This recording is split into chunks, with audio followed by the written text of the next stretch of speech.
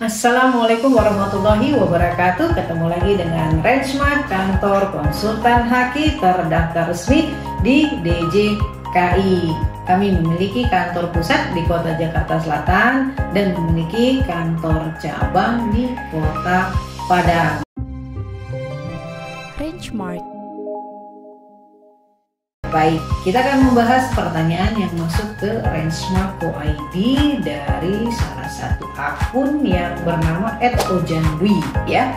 Nah, ini bagi para follower atau subscriber Rangemart, jangan lupa ya di like, subscribe ya, dan di-share kepada yang membutuhkan terkait pengetahuan, perlindungan, kriminalisasi ataupun penegakan hukum seputar kekayaan intelektual di Indonesia. Baik, kita bacakan pertanyaannya. Jika merek hanya sebatas PIRT saja, apa bisa menuntut, Kak? Nah, ini keliru ya, karena begini, antara merek dan PIRT itu kan izin pangan industri rumah tangga ya, malah industri rumah tangga. Nah, sedangkan merek itu adalah hak ya, hak eksklusif yang diberikan oleh negara kepada si pemilik merek untuk menggunakan sendiri mereknya atau mengizinkan orang lain atau melarang pihak lain ya menggunakan mereknya dalam jangka waktu tertentu, yaitu selama 10 tahun dan nanti bisa diperpanjang. Nah, ini dua instansi yang berbeda yang mengeluarkan terkait merek dan PIRT ya, mengeluarkan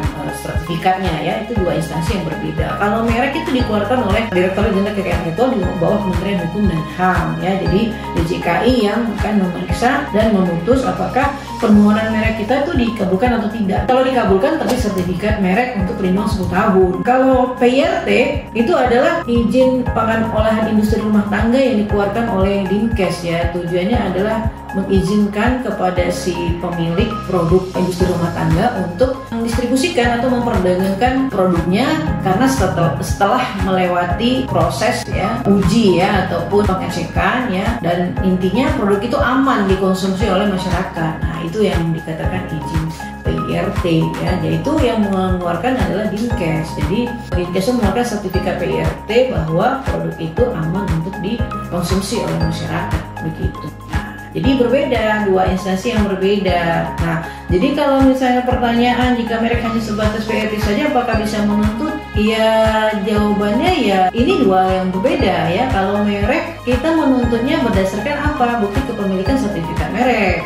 Begitu. Sepanjang kita memiliki bukti kepemilikan merek yaitu sertifikat merek dan masih dalam masa perlindungan 10 tahun, dan apabila kita menemukan ada pihak yang menggunakan tanpa izin merek kita ya, mirip ya, dan baik secara konseptual, visual maupun fonetik untuk barang atau jasa sejenis yang dilindungi yang tercantum di dalam sertifikat, kita bisa menuntut pihak yang menggunakan tanpa izin baik secara perdata ataupun pidana begitu menggunakan bukti kepemilikan sertifikat merek kita begitu ya. Nah, sedangkan PIRT tadi izin industri rumah tangga begitu ya. Nah, ini kan izin yang dikeluarkan Dinkes terkait aman tidaknya ya. Jadi kalau keluar sertifikat berarti kan produk itu aman untuk dikonsumsi begitu. Jadi tidak bisa menuntut pihak lain menggunakan merek kita berdasarkan PIRT, tidak bisa begitu ya. Jadi kalau mau menuntut orang lain yang menggunakan merek kita tanpa izin, pakainya sertifikat merek kita yang sedang dalam masa perlindungan dan sudah terbit sertifikatnya. Dan juga kita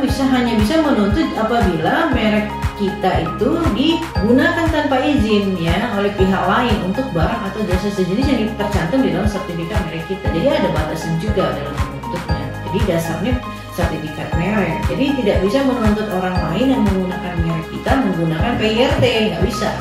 Karena ini dua instansi yang berbeda, satu kepemilikan hak eksklusif, yang satu izin, itu berbeda. Jadi kalau PIRT itu terkait izin untuk keamanan mengedarkan produk yang kita produksi, bukan merek, begitu ya. Demikian kami sampaikan. Assalamualaikum warahmatullahi wabarakatuh.